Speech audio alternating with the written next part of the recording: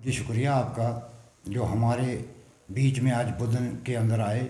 हमारे गरीब लोगों की जो फरियाद है उसको सुन के कहीं और बाला अफसरों तक पहुंचाएंगे।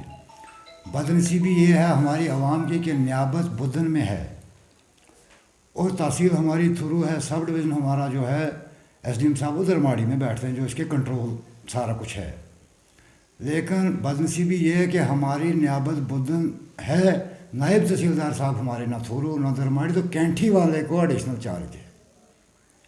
हेडक्वार्टर से हमें 20 किलोमीटर एक्स्ट्रा जाने के बाद चनाब क्रॉस करना होगा, तो फिर नियाबत कैंठी में जाके अपने नायब तहसीलदार साहब से काम करवाना पड़ेगा। तहसीलदार हमारे थ्रू वाले जो हैं वो यहाँ पर नहीं हैं।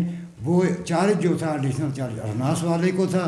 अब सुनने में आया कुछ अरसा से मोहर हमारे जो हैं तहसीलदार साहब उनको चार्ज एडिशनल दिया गया है।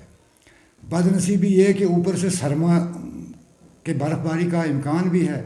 हमारे लोग छोटी सी चीज़ लेकर, कोई एफिडेविट हो या किसी की सर्टिफिकेट हो, डेथ हो या डेट ऑफ बर्थ हो, कई मुख्तलिफ़ किस्म की परेशानियाँ जो उनके लिए हमें कोसों का सफ़र करना पड़ा। और 3 तहसीलों को टच करने के बाद हमें एक काम होगा। बदनसीबी आवाम की ये नहीं तो क्या।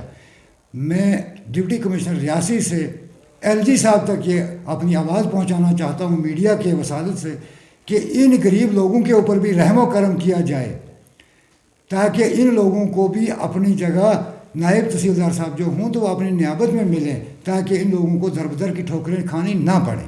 वैकेंट पोस्ट नायब तहसीलदार की 6 महीने से लगभग डीसी साहब आए थे उसके बाद, जबकि हमारे डिप्टी कमिश्नर साहब डोडा से रियासी में आए, हर जगह उथल पुथल हुई। कुछ दिन यहाँ पर परमानेंट आए, उन्होंने ट्रांसफ़र करवाई, वो चला गए। उनकी कुछ अपनी मजबूरियाँ होंगी। तहसीलदार हमारे पास मैडम एक थी बेचारी, उसकी कोई अपनी मजबूरी होगी, वो भी चला गई, छुट्टी पर हैं, क्या हैं। हम अब हैं सतुली माँ का व्यवहार। एक घर में जाएँ, लोग बोलते हैं आपकी वो जो मर गई थी माँ वो यहाँ पर नहीं, यहाँ मातरे है तो यहाँ पर कोई हमें अंदर जाने नहीं देगा। हम तो दरबदर की ठोकरें खा रहे हैं। या ऐसा किया जाए कि अगर हमारे गरीब लोगों के साथ यही ऐसा ही व्यवहार चलता रहा, मैं सोचता हूँ 4 ही डिप्टी कमिश्नर साहब अपने पास रखें रियासी में, सारे काम तो एक जगह होंगे ना। ये तहसील नियाबत खोलने का फंक्शन क्या है? करोड़ों रुपया हमारा यहाँ पर जो है वो वेस्ट हो रहा है। मुलाजिम तनख्वाह यहाँ से लेते होंगे ना।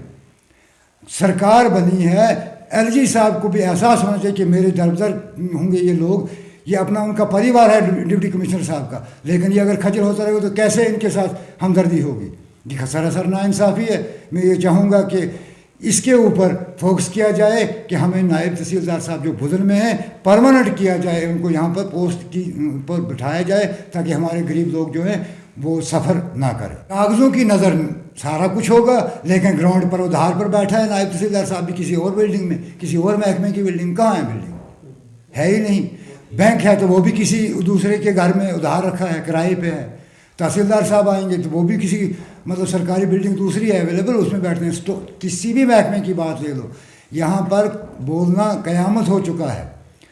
क्योंकि हमारे जो अब बोलने वाले लोग थे वो ये सोच के बोलते हैं कि हमें अफसर नाराज़ होंगे, लेकिन ये नहीं समझते अफसर नाराज़ नहीं, अफसर खुश होंगे जब उनको पोस्ट पे बैठना पड़ेगा, उन पर लोड कम हो जाएगा। अगर यहाँ से सारे नियाबत के लोग चला जाएं कैंठी में, वहाँ पर जगह ही नहीं मिलेगी। हर घर में तो 10 चीज़ें हैं, वो कैसे हैंडल कर पाएंगे वहाँ से?